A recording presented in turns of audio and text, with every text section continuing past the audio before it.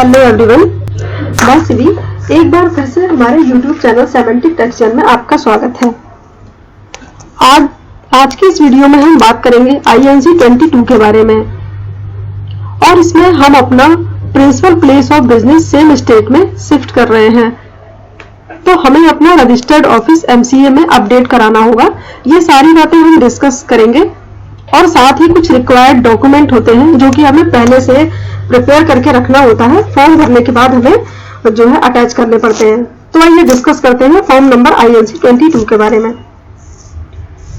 जैसा कि मैं आपको बताना चाहूंगी कि सबसे पहले INC 22 फॉर्म को MCA पोर्टल से हम डाउनलोड कर लेते हैं। जैसा कि आप स्क्रीन पर देख पा रहे हैं, यहाँ पर शो हो रहा है notice of situation of change of situation of registered office. यहाँ पर हम एक एक करके सारे फील्ड जो है आपको बताएंगे किस तरीके से जो है इस फॉर्म को भरा जाता है और किस तरीके से सारी डिटेल जो है, सारी अटैचमेंट जो है अटैच की जाती हैं। तो पहले मैं बात करूंगी आपसे फॉर्म लैंग्वेज के बारे में। यहाँ पर आप अपना फॉर्म लैंग्वेज सिलेक्ट कर सकते हैं, हिंदी, इंग्लिश, आपको जो भी सुटेबल लगता है। उसके बाद हम कंपनी का सिन नंबर इस बॉक्स में एंटर करेंगे। उसके बाद यहाँ पर प्रीफिल का बटन है, इस पर क्लिक करेंगे। क्लिक करने के बाद कंपनी का नाम, कंपनी का एड्रेस और जो है आपकी ROC यहाँ पर जो है सारे ऑटो फिल होकर आ जाएंगे। अब आगे मैं बात करूंगी पर्पस ऑफ द फॉर्म की। तो एक एक करके, वैसे इस फॉर्म को जो मैं भर रही हूँ वो तो लोकल के लिए भर रही हूँ, लेकिन यहाँ पर कई सारे ऑप्शन हो रहे हैं, तो इसलिए मैं सारे ऑप्शन आपको एक एक करके डिटेल में समझाऊंगी किस तरीके से किन किन चीजों के लिए इस फॉर्म को भरा जाता है। तो पहला ऑप्शन मैं आपको क्लियर करना चाहूंगी।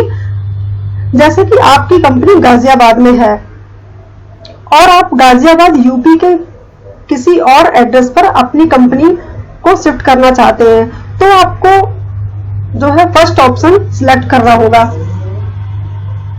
सेकंड मैं आपको बताना चाहूंगी, यदि आप अपनी कंपनी को गाजियाबाद UP से अलीगढ़ UP शिफ्ट करना चाहते हैं तो सिटी चेंज हो गई, ROC अब भी उसकी कानपुर ही रही और आपकी कंपनी भी UP में ही रही, तो यहाँ आपको सेकंड ऑप्शन सिलेक्ट करना होगा। अब हम नेक्स्ट देखते हैं, अगर किसी एक ही राज्य में 2 ROC हैं और दोनों का शहर के हिसाब से डिवाइडेशन है, तो आप उस राज्य में रहते हुए भी अगर ROC में चेंज करते हैं तो आपको थर्ड ऑप्शन सिलेक्ट करना होगा। अब नेक्स्ट देखते हैं हम, यदि 2 राज्यों की एक ही ROC है, राज्य चेंज हो रहा है पर ROC नहीं चेंज हो रही है। फॉर एग्जाम्पल, अगर हरियाणा और चंडीगढ़ की ROC एक ही है और आप अपना ऑफिस हरियाणा से चंडीगढ़ शिफ्ट कर रहे हैं, तो आपका राज्य चेंज होने के बाद भी आपकी ROC वही है, तो आपको फोर्थ ऑप्शन सिलेक्ट करना होगा। अब लास्ट देखते हैं, यदि आपकी company Ghaziabad UP ROC Kanpur में स्थित थी और आप दिल्ली में शिफ्ट हो गई। अब यहाँ देखिए आपका राज्य भी चेंज हो गया और ROC भी चेंज हो गई, तो आपको अपना फिफ्थ ऑप्शन सिलेक्ट करना होगा। अब आगे चलते हैं हम फॉर्म नंबर 4 की ओर। Notice in hereby given that the address of registered office of the company। यहाँ पर आपने जो अपनी रजिस्टर्ड ऑफिस जिस डेट में आपने शिफ्ट किया है वो डेट यहाँ पर होगी। अब आगे चलते हैं, एड्रेस, आपकी ऑफिस जहां पर आपने शिफ्टिंग करी है वहां का एड्रेस, लाइन 1, लाइन 2, यहाँ पर हम रजिस्टर्ड ऑफिस का जो एड्रेस है, न्यू ऑफिस का जो शिफ्टिंग एड्रेस है वो यहाँ पर हम डालेंगे। City, district, state, country, pin code, email ID, ये सारे बॉक्स जो है हमें भरना होगा। अब B में देखते हैं, रजिस्टर्ड ऑफिस इन।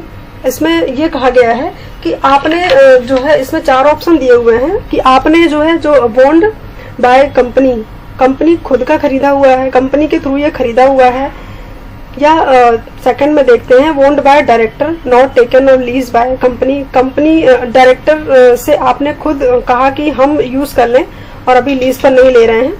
थर्ड आपका taken of lease by company, या कंपनी ने रेंट पे लिया है, तो हम यहाँ पर करेंगे taken a lease of by company. यहाँ पर हम थर्ड पे क्लिक करेंगे क्योंकि हम रेंट पे ले रहे हैं।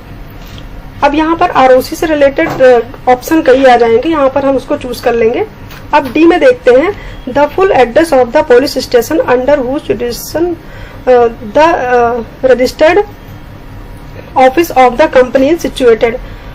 यहाँ पर ये कह रहा है कि आपकी जो ऑफिस जहाँ पर शिफ्ट हुई है वहां पर नियरेस्ट, वहां का नियरेस्ट जो पुलिस स्टेशन है वहां का एड्रेस। तो यहाँ पर आप वहां का पुलिस स्टेशन का address, line 1, line 2, city, state, pin code, यहाँ आपको सारा बॉक्स यहाँ पर भरना पड़ेगा। अब आगे चलते हैं, particular of the utility service bill depicting the address of the registered office. यहाँ पर आप जो इलेक्ट्रिसिटी बिल या टेलीफोन का बिल लगाएंगे वो आपका ओल्ड नहीं होना चाहिए, करंट डेट का होना चाहिए। अब यहाँ पर हम आगे चलते हैं अटैचमेंट की ओर। यहाँ पर कुछ अटैचमेंट है जो आपको यहाँ लगानी पड़ेगी। Proof of office address, conveyance, lease deed, rent agreement, यहाँ पर आपको अटैच करना है। Second, copy of the utility bill as mentioned above, non older than 2 month. जैसा कि मैं आपको ऊपर बता चुकी हूँ कि यहाँ पर आप जो भी इलेक्ट्रिसिटी बिल आप इसमें अटैच करेंगे वो ओल्ड नहीं होना चाहिए, करंट डेट का होना चाहिए। इसमें आप थर्ड, आप बोर्ड रेजुलेशन भी इसमें अटैच कर सकते हैं। बाकी कोई अगर ऑप्शनल अटैचमेंट है तो वो आप अटैच कर सकते हैं। अब आगे चलते हैं, आई, यहाँ पर डायरेक्टर के नेम होंगे इस बॉक्स में। A person name in the articles as a, यहाँ पर कंपनी नेम होगा आपका। यहाँ पर बोर्ड, इस बॉक्स में वाइड रेजुलेशन नंबर, यहाँ पर रेजुलेशन नंबर डालेंगे, आपके रेजुलेशन की जो डेट हो यहाँ पर डाल देंगे। उसके बाद हम आगे चलेंगे, यहाँ पर चूज करेंगे डायरेक्टर है, मैनेजिंग डायरेक्टर है। यहाँ पर डायरेक्टर का जो भी है यहाँ पर डायरेक्टर चूज कर लेंगे। डायरेक्टर का यहाँ मेंबरशिप नंबर होगा। मेंबरशिप नंबर डालने के बाद इस फॉर्म को जो भी वेरीफाई कर रहे हैं, चार्टर्ड अकाउंटेंट, कॉस्ट अकाउंटेंट, जो कि इन होल टाइम प्रैक्टिस पर हो, एसोसिएट हो, फेलो हो, जो भी है, तो यहाँ पर हम चूज कर लेंगे, यहाँ उनका मेंबरशिप नंबर डाल के। उसके बाद इस फॉर्म को हम चेक फॉर्म करेंगे। चेक फॉर्म करने के बाद इस फॉर्म में अगर हमने कहीं भी एरर कर रखा है तो वो हमें ऑटोमेटिकली कर्सर वहां शो करेगा। दोबारा से उस फॉर्म को हम सही करके फिर हम डायरेक्टर के यहाँ डिजिटल सिग्नेचर लगाएंगे। डायरेक्टर के डिजिटल सिग्नेचर लगाने के बाद यहाँ पर हम ऑडिटर के डिजिटल सिग्नेचर लगाएंगे। उसके बाद फॉर्म को हम प्री स्क्रूटनी करेंगे। प्री स्क्रूटनी करने के बाद ये फॉर्म पूरी तरीके से रेडी होता है एमसीए पोर्टल पर अपलोड करने के लिए। अब इस फॉर्म को हम सेव करके रख लेते हैं। आगे मैं कुछ जरूरी बातें आपको बताना चाहूंगी। जो इस फॉर्म को जब आप भरेंगे तो कुछ इसमें जो पेमेंट आपको आरओसी को भरनी पड़ती है वो आपकी शेयर कैपिटल वैल्यू के आधार पर होती है कि आपकी कंपनी की शेयर कैपिटल वैल्यू क्या है।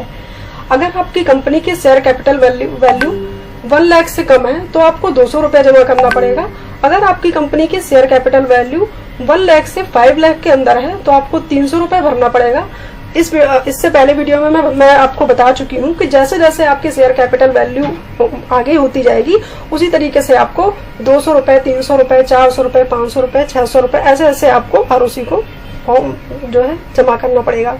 अब आगे बात करते हैं पेनल्टीज के बारे में कि कितना, अगर आप जो है डिले कर देते हैं, अगर आप इस फॉर्म को टाइम से नहीं भर पाए तो क्या पेनल्टीज है।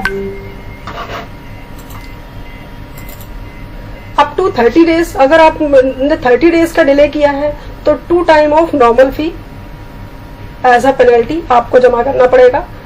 अगर आपने 30 to 60 डेज का डिले किया है तो 4 time of normal fee as a penalty जमा करना पड़ेगा।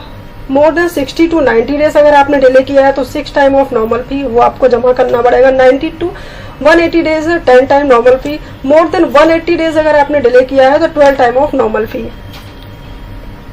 तो ये थी हमारी पूरी जानकारी INC 22 के बारे में। आज के लिए इस वीडियो में इतना ही, आगे हम फिर बात करेंगे। Thank you so much.